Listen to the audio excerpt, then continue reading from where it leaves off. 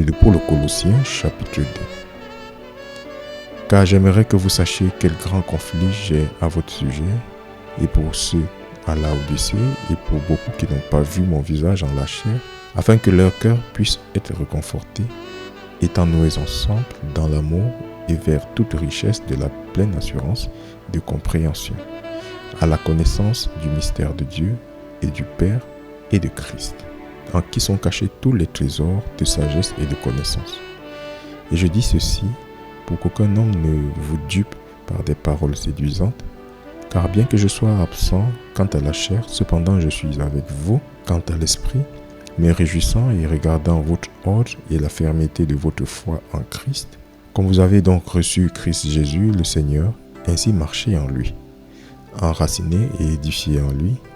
et établi dans la foi, comme vous avez été enseigné, abondant en elle, avec remerciement. Prenez garde qu'aucun homme ne vous spolie au moyen de la philosophie et une vaine tromperie,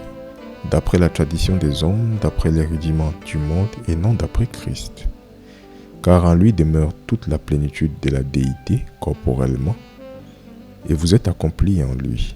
duquel est la tête et toute principauté et pouvoir, en qui aussi vous êtes circoncis, d'une circoncision faite sans main, en retirant du corps les péchés de la chair par la circoncision de Christ, enseveli avec lui dans le baptême, dans lequel aussi vous êtes ressuscités avec lui par le moyen de la foi de l'opération de Dieu, qu'il a ressuscité d'entre les morts. Et vous, étant morts dans vos péchés et dans l'incirconcision de votre chair, il vous a vivifiés ensemble avec lui, vous ayant pardonné de toutes vos infractions, effaçant l'écriture des ordonnances qui étaient contre nous, laquelle nous était contraire, et l'a retirée en le clouant à sa croix, et ayant spolié les principautés et les pouvoirs, il les a montrés ouvertement en triomphant d'eux sur celles-ci,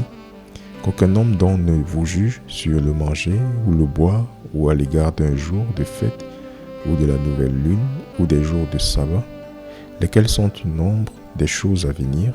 mais le corps est de Christ. Qu'aucun homme ne vous dupe quant à votre récompense, par une humilité spontanée et par l'adoration des anges,